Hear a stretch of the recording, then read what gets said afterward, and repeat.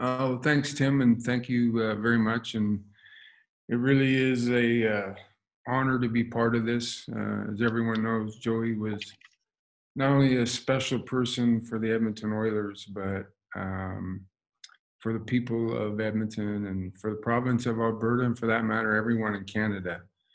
Um, I was probably lucky enough in a sense that I grew up um, in Brantford, and my dad's sister was mentally challenged.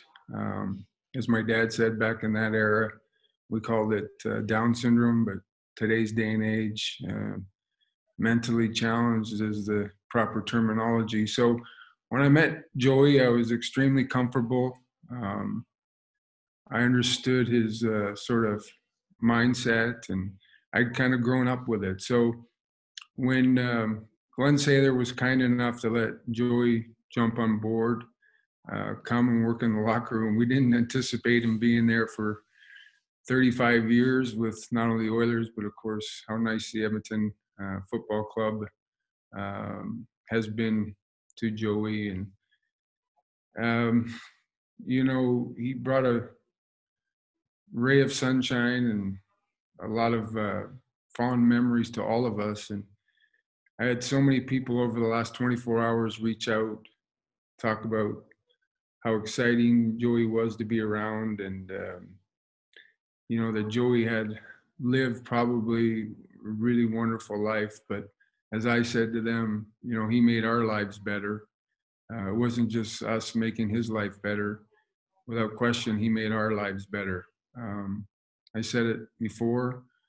There was nothing better than having a cup of coffee before practice with him talking about life and his aunts and his family and his mom,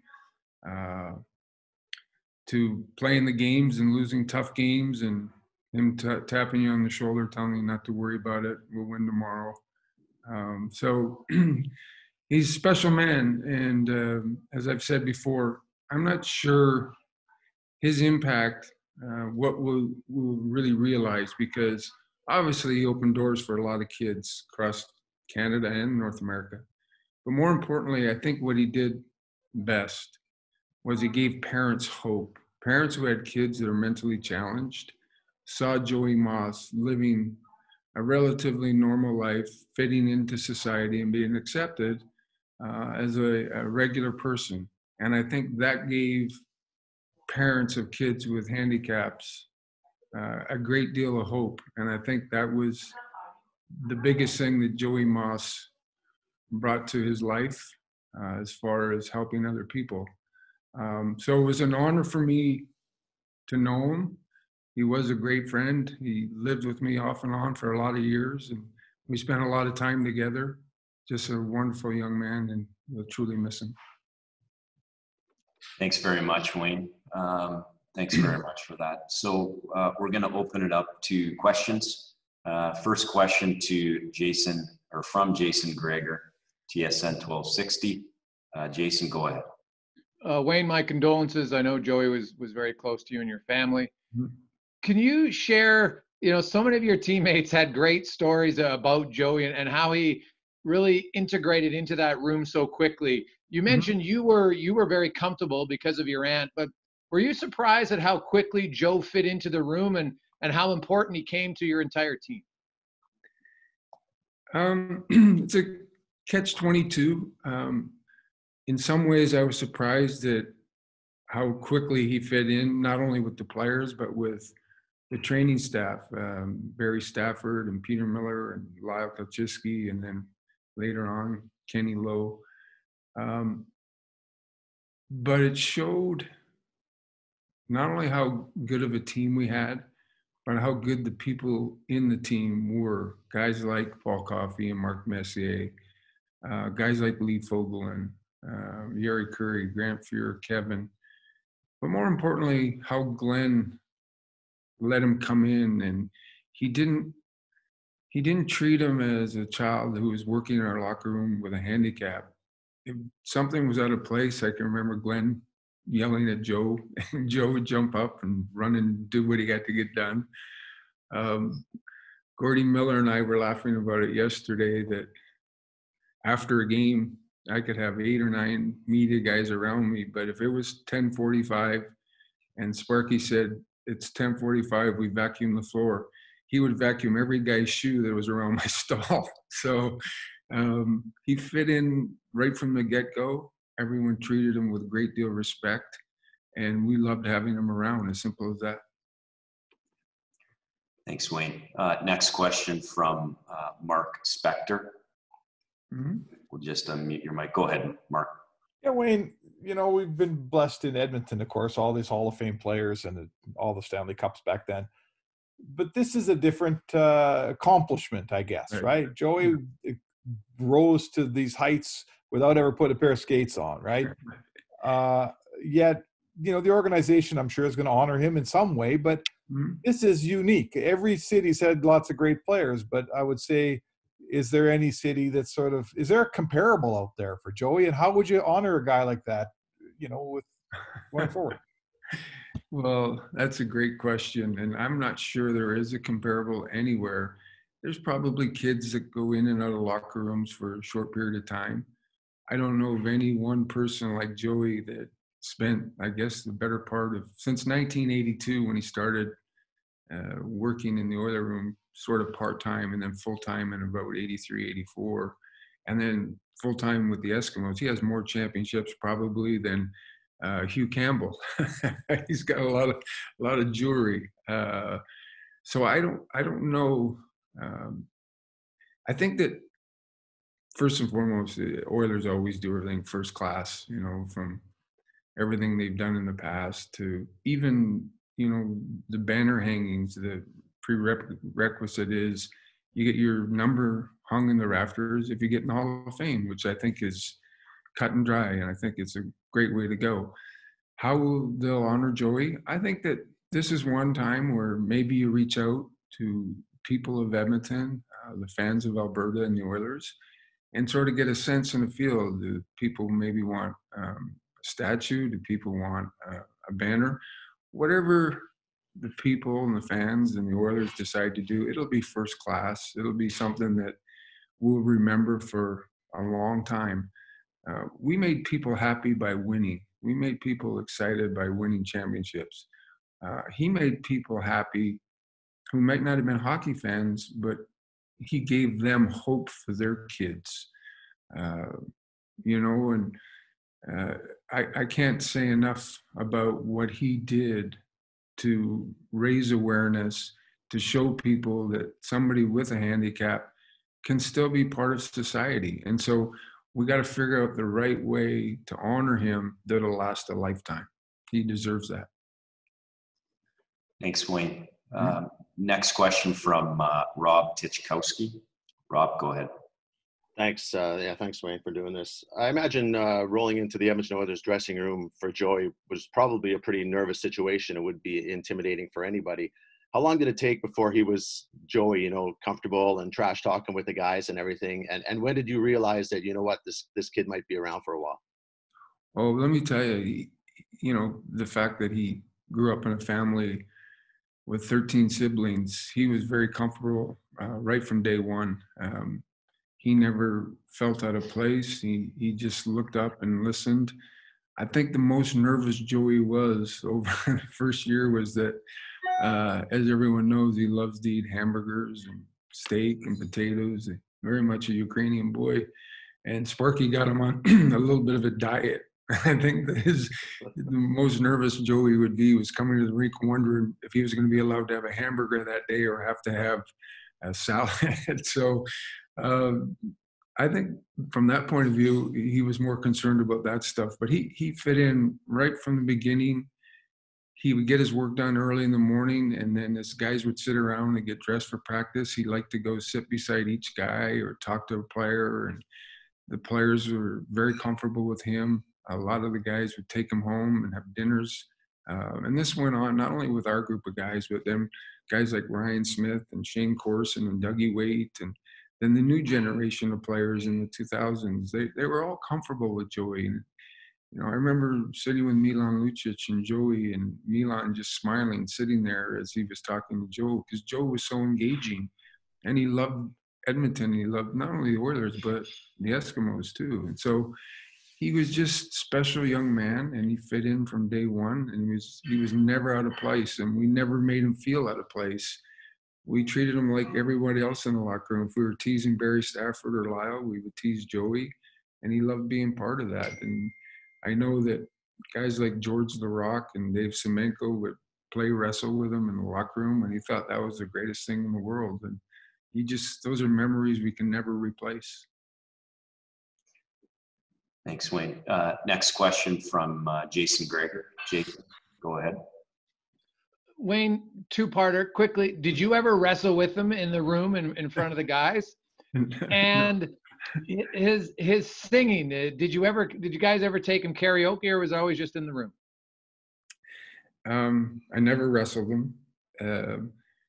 When he was younger, he was actually a pretty good athlete. Joey loved to play. We would play ball hockey on the road in December, January, when it was 40 below. I remember one time we kind of went over a block, but it was so cold that we drove over, which was 25, 30 feet, was half a block. And as the game ended, I remember Paul Coffey was there and Kevin was there. We sort of jumped in the cars and raced home because we were so cold. And about a half hour later, there was a knock on the door. And I remember I opened the door, and Joey was standing there, and he was completely frozen, and he had tears in his eyes, and his glasses were all fogged up. And I had a pit in my stomach because I never felt so bad that we actually forgot him at the playground. So, you know, we played a lot of sports with him because he was pretty athletic. Joey sang a lot. Joey, he used to come to my fantasy camp in Vegas with Lyle and Dwayne. I always seemed to have a band there, and Alan Thicke would always sort of organize a little bit of a sing-along. And Joey, he would always get on stage, and he loved to sing "O Canada." And then during the show, he would love to sing La Bamba. And a lot of my American friends who would come to my camp had never seen Joey and didn't know what to expect. And once he sang "O Canada," most of them had tears in their eyes.